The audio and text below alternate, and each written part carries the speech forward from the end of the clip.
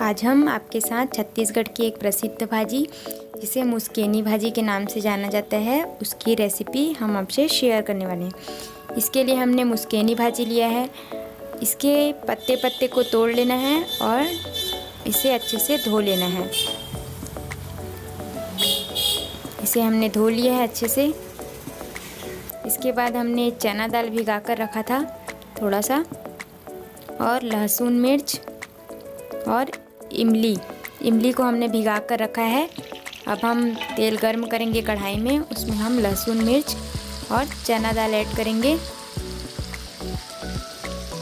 अब इसे भूनने देंगे थोड़ी देर।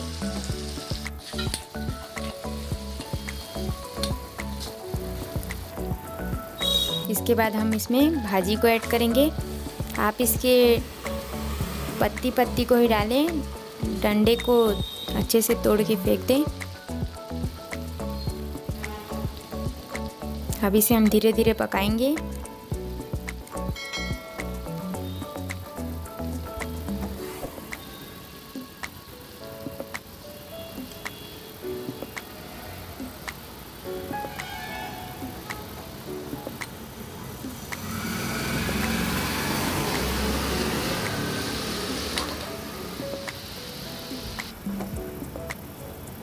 अब इसके बाद हम इसमें स्वादानुसार नमक ऐड करेंगे,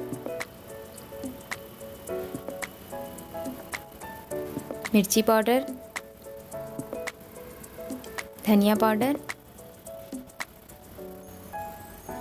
जीरा पाउडर।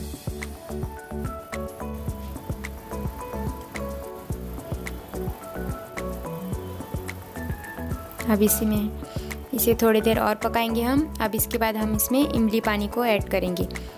इसे अच्छे से हम छान के इसमें डालेंगे। आप इसमें इमली पानी की जगह दही भी डाल सकते हैं, लेकिन इमली पानी में ज़्यादा स्वादिष्ट लगता है।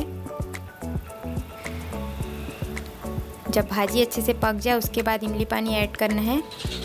अब इसके बाद हम इसे पूरा सूखने तक के इसको पकाना है। फिर मुस्केनी भाजी बनकर तैयार है।